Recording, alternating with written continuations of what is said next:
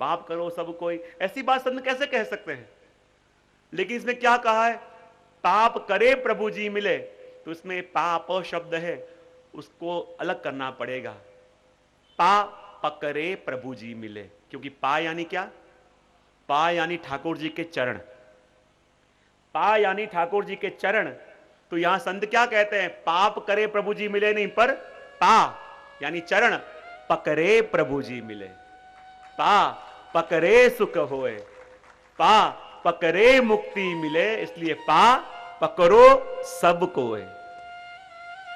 ठाकुर जी के चरणारविंद को पकड़ के ही सुख है, ठाकुर जी के चरणारविंद को पकड़ के ही मुक्ति है, ठाकुर जी के चरणारविंद को पकड़ के ही सारे सुख हैं। इसलिए पा पकड़ो सब कोय, क्योंकि आपके चरणारविंद के अंदर ये महत्ता है, आपके चरणारविंद का ये लक्षण है कि जो भी आपके चरणों में झुके, आपके चरणों का स्पर्श जिसको हो वो पवित्र हो जाए। अरे यही चरणारविंद जब रामावतार में अहिल्या को स्पर्श हुए, शिला को स्पर्श हुए, और शिला कन्या बन गई, शिला स्त्री बन गई। ये वही चरणारविंद है कि जिन चरणारविंद से आपने स्वर्ग भी माप लिया और पाताल भी माप लिया, पृथ्वी माप ली बलि राजा के प्रसंग में भगवान वामन के स्वरूप से। ये वही चरणारविंद है कि जो चरणारविंद आपने बलि राजा के माथे पधरा है। और हे श्याम सुंदर, वही चरणारविंद आप कृपा करके हमारे हृदय के ऊपर और हमारे मस्तक के ऊपर पधराओ। भगवान ने कहा, भाई क्यों पधराऊं? गोपियां कहती है, श्याम सुंदर, ये जो काम है, ये जो काम है, उस काम ने बड़े बड़े देवताओं को भी परेशान किया, बड़े बड़े ऋषि मुनियों को परेशान किया। और वही कामदेव, वही काम जब शिवजी को परेशान करने के लिए गया तो शिवजी ने अपना तृतीय नेत्र खोला, और जब शिवजी ने तृतीय नेत्र खोला तो काम भयभीत हुआ, और भयभीत होकर छुपने के लिए ऐसी सुरक्षित जगह ढूंढने लगा कि जहां उसे कोई परेशान न करे। और उस समय उस काम को, वो सुरक्षित जगह हम गोपियों का हृदय लगा, और तब से आके वो काम हम गोपियों के हृदय के अंदर छुप गया है। और देखो प्रभु, जहां जिस हृदय में आपको रहने के लिए जगह है, जिस हृदय में आपका रहने का स्थान है, वहां कोई चोर की भांति ये काम आके छुप गया है। तो ऐसी कृपा करो कि आपके जो श्री चरणारविंद हैं, वो चरणारविंद पापों का कर्षण करने वाले हैं। तो ऐसी कृपा करो कि वो चरणारविंद आप हमारे मस्तक के ऊपर और हमारे हृदय में पधराओ, ताकि हमारी बुद्धि में आया हुआ काम और हमारे हृदय में आया हुआ काम, उसका कर्षण आपका चरणारविंद कर ले, हमारा मन भी शुद्ध हो और हमारा हृदय भी शुद्ध हो। तभी तो प्रभु आप कृपा करोगे। भगवान कहते हैं, मैं तुम्हारे मस्तक के ऊपर हृदय पे चरण कैसे पधराऊं? बोले क्यों? भगवान कहते हैं, तुमने खुद कहा गोपियों कि तुम्हारे हृदय में और तुम्हारे मस्तक पे काम है, और काम यानी विष, विषय, और जहां विषय हो, जहां विष हो, वहां मैं अपने चरणारविंद कैसे पधराऊं? गोपियां कहती है, श्याम सुंदर, ये आपके चरणारविंद हम इसलिए कह रही है क्योंकि आपके चरण कैसे हैं? प्रणत देहि नाम पाप आकर्षणम। जो आपको प्रणाम करे ना, आपको प्रणाम करने वाले के पापों का कर्षण आप कर लेते हो। भगवान कहते हैं कि मुझे जो प्रणाम करे उसके पापों का कर्षण मैं करता हूं, लेकिन मैं 3 शर्तें भी रखता हूं। सिर्फ प्रणाम करो तो प्रणाम अधूरे रहते हैं, सिर्फ नमन करो तो नमन भी अधूरे रहते हैं, सिर्फ वंदन करो तो वंदन भी अधूरे रहते हैं। गोपियों ने कहा, कैसे? तुम जो करते हो सामने से, मैं उसके लिए एक अपेक्षा रखता हूं। बोले कैसे? भगवान कहते हैं, जब कोई आके मुझे प्रणाम करता है तो मैं उसे कहता हूं, मैं तेरे प्रणाम तो स्वीकार करूंगा, पर मुझे वचन दे, तू प्रणाम तो कर रहा है पर मेरे प्रति प्रामाणिक रहेगा। जब कोई आके भगवान कहे मुझे वंदन करता है तो मैं कहता हूं, तू वंदन तो कर रहा है पर मुझे वचन दे, मेरे लिए वफादार रहेगा। और जब कोई आके नमन करता है तो मैं कहता हूं, मेरे लिए नमन तो कर रहा है पर क्या नमक हलाली जीवन में दिखाएगा? लेकिन हमेशा अपने किए हुए वंदन, अपने प्रणाम और अपने नमन अधूरे रह जाते हैं। बोले क्यों? क्योंकि प्रणाम करते हैं पर प्रामाणिक रहते। देखो,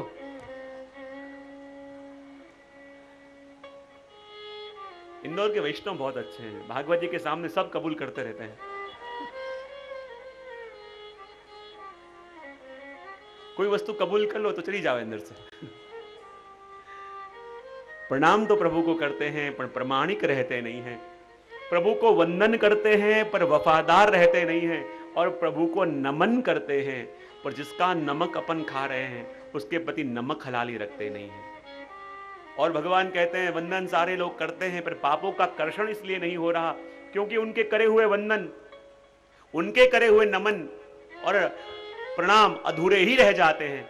क्योंकि देखो प्रभु के चरणों में जब ये मस्तक झुके, जब ये चरणारविंद में ये हृदय झुके, तभी तो इन मस्तक का और चरणारविंद का मोल है कि मस्तक प्रभु के चरणों में झुके। मैंने सुना था कि एक बार सम्राट अशोक अपने मंत्री के संग कहीं नगर विचरण करने जा रहे थे, और जैसे ही रास्ते के अंदर कोई फटेहाल कोई संत जा रहे होंगे और फटेहाल कोई वैरागी को देखा और सम्राट अशोक ने मस्तक झुका के उनको वंदन किया, और जैसे ही वंदन किया आगे गए। मंत्री को बात पसंद नहीं आई कि कहां इतने बड़े सम्राट आप, और वो संत कोई फटेहाल थे, ना वस्त्र का ठिकाना ना देह का ठिकाना, और उनको आपने सम्राट होके सभी के सामने मस्तक झुकाया। मुझे ठीक ना लगा। अशोक को लगा तुम्हें ठीक क्यों ना लगा? बोले इतने बड़े राजा चक्रवर्ती सम्राट आप, और कहां वो साधारण ब्राह्मण, उसको आपने मस्तक झुका के वंदन किया, सब क्यों? सम्राट ने दूसरे दिन उनको बुलाया और कहा देख ये थैले के अंदर मैंने जितने भी प्राणी हैं और मनुष्य हैं सबके मस्तक को रख दिया है। ऐसे कर दुनिया में घूम, पूरी पृथ्वी में घूमो और सबके मस्तकों को बेच के शाम को मेरे पास आओ। मंत्री ने कहा इसमें क्या बात है? शेर का मुख है, हाथी का मुख है, हिरन का मुख है और मनुष्य का मुख भी है। बोले सबकी कीमत कितनी लगाऊं? बोले हिरन का मुख है उसका कुछ मैं 500 रुपया लूंगा, शेर का मुख है उसका 5000 लूंगा, फिर हाथी का मुख है उसका 10,000 लूंगा, और सबसे अधिक इंसान का मस्तक उसके अंदर तो बुद्धि है उसका 1 लाख रुपया लूंगा। और सबकी कीमत नक्की करके वो बाजार में बेचने के लिए निकला। पूरा दिन बेचता रहा। हाथी का मुख लेने वाले लोग मिल गए, शेर का मुख लेने वाले लोग मिल गए, हिरण का मुख लेने वाले लोग मिल गए, और ये इंसान की खोपड़ी की कीमत देने वाला कोई मिला नहीं। उनको लगा सबसे अधिक भाव तो मैंने इंसान की खोपड़ी का लगाया था, उसकी बुद्धि का लगाया था, क्यों उसके पास बुद्धि है और किसी के पास बुद्धि नहीं है। लगता है शायद 1 लाख रुपए ज्यादा होगा। बड़ा बैनर लगाया कि दिवाली आ रही है 50% डिस्काउंट, चलो 50,000 में ले लो। और 50,000 नक्की करके भी फिर से पूरा गांव घुमाया, कोई लेने को तैयार ना हुआ। फिर कहा और थोड़ा डिस्काउंट देना पड़ेगा। कहा कि चलो 1 ले लो और संग में 2 फ्री। पूरा दिन घूमा लेकिन फिर भी वो इंसान की ये मस्तक की कीमत देने वाला कोई मिला नहीं। आखिरी में तंग आके कह दिया अरे मुफ्त में ले लो। मुफ्त में लेने को कहा तो भी लेने को कोई तैयार न हुआ। कहा कि ये लेते हो तो बाकी जितने भी मुख है वो फ्री में दे दूंगा, तो भी कोई लेने को तैयार नहीं हुआ। और जब घूम फिर के अशोक के पास आया, अशोक ने कहा सारे मस्तक बेच आया? बोले सारे मस्तक की कीमत देने वाले लोग मिले पर ये इंसान के मस्तक की कीमत देने वाला कोई मिला नहीं। मैंने मुफ्त में देना चाहा तो भी कोई देने नहीं तैयार हुआ। अशोक ने कहा यही तो बात है, ऐसे ही इस इंसान की खोपड़ी की कोई कीमत नहीं है। इस इंसान के मस्तक की कीमत तभी होती है जब वो गुरुजनों के चरणों में और प्रभु के चरणों में झुकता है। जब ये प्रभु के चरणों में झुकता है तब इसकी कीमत होती है, बाकी इसकी कीमत देने को कोई तैयार नहीं है। इस प्रकार गोपियां कहती है कि श्याम सुंदर हमारे मस्तक की कीमत भी तब है जब उसके ऊपर आपका चरणारविंद आ जावे। हमारे हृदय की कीमत भी तब है कि जब आपका चरणारविंद ऊपर आवे, और आपका चरणारविंद तो पापों का कर्षण करने वाला है, पापों का आकर्षण करने वाला है। और श्री महाप्रभु जी कहते हैं ना, पुष्टि मार्ग में हर एक वस्तु के 3 स्वरूप बताए, वहां प्रभु के चरणारविंद के भी 3 स्वरूप बताए। एक आदि भौतिक चरणारविंद, आध्यात्मिक चरणारविंद और आदि दैविक चरणारविंद। प्रभु के चरणारविंद के कितने प्रकार हैं? आदि भौतिक, आध्यात्मिक और आदि दैविक। श्री महाप्रभु जी कहते हैं आदि भौतिक प्रभु के चरणारविंद कौन से? तो कहते हैं भागवत और सत्संग, ये ठाकुर जी के आदि भौतिक चरणारविंद। ज्ञान और भक्ति ये प्रभु के आध्यात्मिक चरणारविंद। और आदि दैविक चरणारविंद कौन से? तो कहते हैं अपनी सेवा से जिस दिन अपने प्रभु प्रसन्न हो जाएं, और अपनी सेवा से प्रसन्न हुए प्रभु के चरणारविंद का जब स्पर्श अपन करें तो वो है आदि दैविक चरणारविंद का स्पर्श। ये ठाकुर जी के आदि दैविक चरणारविंद। प्रभु की सेवा तो अपन रोज कर रहे हैं, पर एक दिन ऐसा आया कि अपनी सेवा से अपने प्रभु इतने प्रसन्न हो गए, इतने प्रसन्न हो गए कि प्रसन्न होकर नाचने लगे। और उस दिन जब प्रभु के चरणों का स्पर्श अपन करें, वो आदि दैविक चरणारविंद का स्पर्श है कि जिस चरणारविंद का स्पर्श मिला अपने उज्जैन के ही कृष्ण भट्ट को। शिव साईं जी ने जब कृष्ण भट्ट को पत्र लिख के बुलाया जतिपुरा, कृष्ण भट्ट तुम यहां आओ, श्रीनाथ जी की सेवा के लिए कोई है नहीं, तुम यहां आओ और श्रीनाथ जी की सेवा करो। और कृष्ण भट्ट को लगा, देखो तो सही, श्री गोसाई जी के इतने इतने सेवक हैं, पर श्रीनाथ जी की सेवा करने के लिए आपने मुझे पसंद किया। कृष्ण भट्ट आए जतिपुरा और श्रीनाथ जी की खूब प्रेम से सेवा करने लगे, क्योंकि श्री जी के श्रीअंग की सेवा मिली जो देवताओं को भी दुर्लभ, और वो सेवा श्री गोसाई जी की कृपा से मुझे मिली। विचार करके श्रीनाथ जी के खूब भाव से सेवा करते, खूब श्रीअंग की सेवा करते। और एक दिन जब गोसाई जी प्रभु चरण श्रीनाथ जी के श्रृंगार धरा रहे थे और श्रृंगार करते करते आपने श्रीनाथ जी से पूछा, कृपानाथ, ये कृष्ण भट्ट आपकी सेवा तो ठीक से करता है ना? और तब श्रीनाथ जी ने कही, हाँ गोसाई जी, ये कृष्ण भट्ट मेरी सेवा बहुत सुंदर करता है, मुझे बहुत सुख भी देता है, लेकिन मुझे आपसे कृष्ण भट्ट की एक फरियाद करनी है। श्री गोसाई जी कह रहे, अरे प्रभु, आपने स्वयं कहा कि आपकी सेवा बड़ी सुंदर करता है, आपने स्वयं कहा कि आपको बहुत लाड़ लड़ाता है, आपको बहुत प्रेम करता है, और ऊपर से कह रहे हो कि आप उसकी एक फरियाद करना चाहते हो। बोले क्या फरियाद करनी है? बोले फरियाद यही करनी है कि पूछो अपने कृष्ण भट्ट से, इतने दिन से आपने कृष्ण भट्ट को मेरे श्रीअंग की सेवा सौंपी है, वो मेरे श्रीअंग की एक एक सेवा करते हैं, पर पूछो कृष्ण भट्ट से, आज तक उसने मेरे चरण स्पर्श क्यों नहीं करे? श्रीनाथ जी को ताप हो रहा है कि मेरे भक्त ने मेरे चरणों का स्पर्श क्यों नहीं किया। गोसाई जी ने कृष्ण भट्ट को बुलाया, अरे कृष्ण भट्ट, जिन श्रीनाथ जी के चरणों के स्पर्श करने के लिए बड़े बड़े देवता तरसे, उनको भी ये चरण न मिले, ब्रह्मादि देवता तरसे चरण उनको न मिले, और जब मैंने श्रीनाथ जी का सानिध्य तुमको दिया, श्रीअंग की सेवा दी, तो तुमने श्रीनाथ जी के चरण स्पर्श क्यों नहीं करे? और श्रीनाथ जी को स्वयं ताप हो रहा है कि कृष्ण भट्ट ने मेरा स्पर्श क्यों नहीं किया। सुनते ही कृष्ण भट्ट की आंखों में आंसू आ गए। कृष्ण भट्ट कहने लगे, कृपानाथ, आप आज्ञा तो कर रहे हो और श्रीनाथ जी भी आज्ञा कर रहे हैं कि उनके चरणों का स्पर्श मैं करूं, पर कृपा करके मुझे बताना कि मेरे में और उस माखी के अंदर कोई फर्क है कि नहीं। श्री गोसाई जी कहते हैं, क्या कहना चाहते हो? तब कृष्ण भट्ट ने कि कृपानाथ, प्रभु के स्वरूप के ज्ञान के बिना कभी एक माखी भी उड़ती उड़ती जावे और ठाकुर जी के चरणों पर बैठ जावे, पर ऐसे माखी की तरह चरणों का स्पर्श किया कि जिसमें मुझे तो सुख मिले पर मेरे प्रभु को सुख न मिले, तो प्रभु ऐसे ऐसे चरण स्पर्श का कोई लाभ है? प्रभु आपने आज्ञा करी, श्री जी आज्ञा कर रहे हैं कि प्रभु के चरण स्पर्श करूं, पर प्रभु के चरण स्पर्श में तब करूं और उस दिन करूं कि जब मैं श्रीनाथ जी बाबा के चरण स्पर्श करूं और जितना सुख मुझे मिले उससे अनेक गुना सुख मेरे श्री जी को मिले, तब मैं श्रीनाथ जी के चरण स्पर्श करूं। और जैसे ही बात गोसाई जी ने सुनी, श्री गोसाई जी ने कृष्ण भट्ट को बुलाया और कहा, देखो कृष्ण भट्ट, तुम्हारी ये बात है कि तुम चरण स्पर्श करो कि तब करो कि जितने चरण स्पर्श तुम करो, जितना सुख तुम्हें हो उससे अधिक सुख श्री जी को हो। श्री गोसाई जी ने श्री जी की ओर देखा और कहा, देखो कृपानाथ, ये आपका सेवक क्या विनती कर रहा है?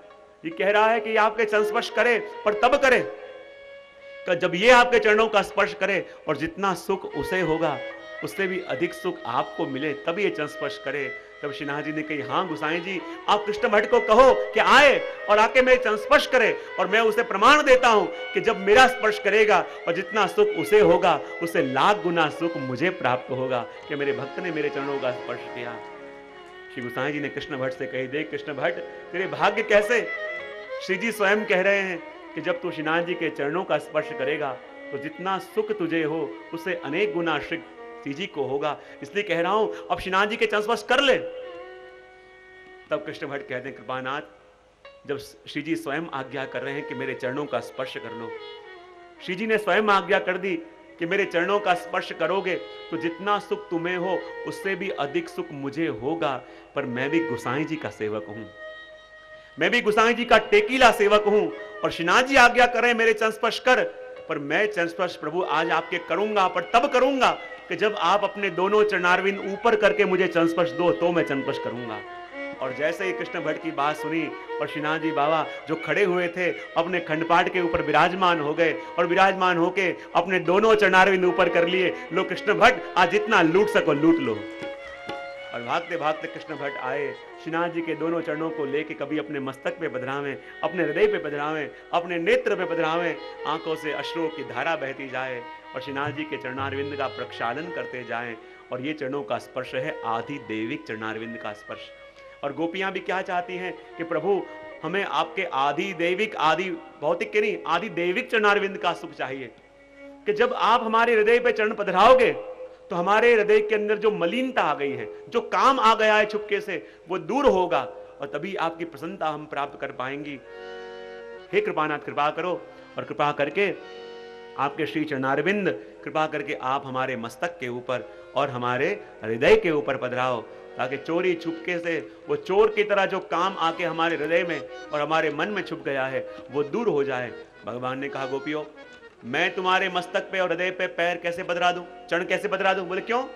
अभी तुमने स्वयं कहा कि तुम्हारे हृदय में और तुम्हारे मस्तक में तो काम है, और काम यानी विषय, विषय यानी विष, और जहां विष हो मैं अपने चरण नहीं बदलाता हूं।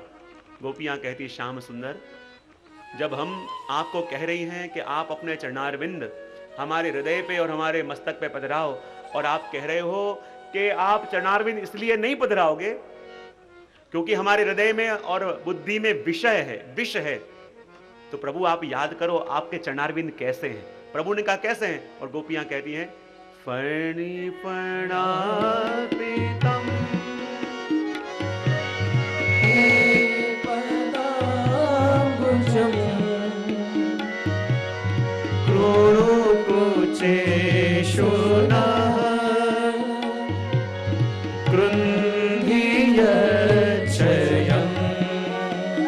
श्याम सुंदर आप इसलिए चरणारविंद हमारे हृदय के ऊपर मस्तक पे नहीं पधराना चाहते क्योंकि आप कह रहे हो कि उसमें विषय है, विष है।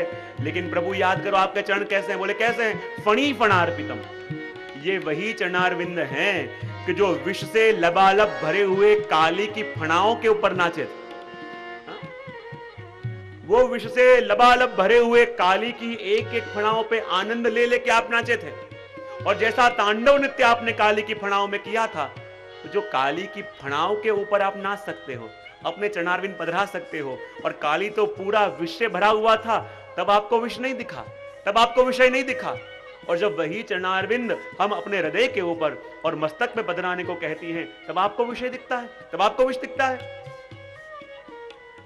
जब काली को आपने नाथ दिया और काली के ऊपर कैसी कृपा करी, जब काली को नाथा और नाग पत्नियां स्तुति करते करते आई और स्तुति करते करते कहने लगी श्याम सुंदर आपने हमारे पति को नाथ दिया है, अब आप काली का क्या करोगे? तो भगवान ने कहा कि मैं काली को दंड दूंगा। और जैसे ही भगवान ने कहा कि मैं काली को दंड दूंगा, और जितनी भी नाग पत्नियां थी जोर जोर से हंसने लगी। भगवान ने कहा अरे मैं कह रहा हूं तुम्हारे पति को दंड दूंगा और तुम हंस रही हो। नाग पत्नियां कहने लगी अरे श्याम सुंदर एक बात आपको बताऊं? बोले बताओ। बोले जितना श्याम सुंदर आप अपने आप को जानते हो उससे भी अधिक हम आपको जानती हैं। आप भले कह रही हो, आपने कहा कि आप हमारे पति काली को दंड दोगे, पर हम आपका स्वभाव जानती हैं कि आपको दंड देना आता ही नहीं है, आपको सिर्फ कृपा करता ही आता है। प्रभु ने कहा क्या बात कर रहे हो, मुझे दंड देना नहीं आता, मुझे सिर्फ कृपा करना आता है। बोले हाँ प्रभु। भगवान ने कहा ठहरो मैं दंड दूं। यो विचार करके भगवान ने छलांग लगाई और आके खड़े हो गए काली के मस्तक पे, और काली के मस्तक पे एक एक मस्तक के ऊपर चरणों की जोर जोर से ठोकर करने लगे और कहने लगे बताओ गोपी नागपत्नियों अब काली को दंड दिया कि न दिया? तब नागपत्नियों ने कहा कृपानाथ जो चरणारविंद की प्राप्ति के लिए लक्ष्मी जी तरसे उनको भी न मिले, जो चरणारविंद की प्राप्ति के लिए बड़े बड़े देव तरसे ये चरण उनको भी न मिले, और स्वेच्छा से आपने अपने दोनों चरणारविंद काली के माथे पधरा दिए, तो बताओ ये दंड है कि कृपा है? भले आप कहते हो कि आप किसी को दंड देते हो, पर हम आपका स्वभाव जानते हैं क्योंकि आपको दंड देना आता ही नहीं है, आपको सिर्फ कृपा करना आता है।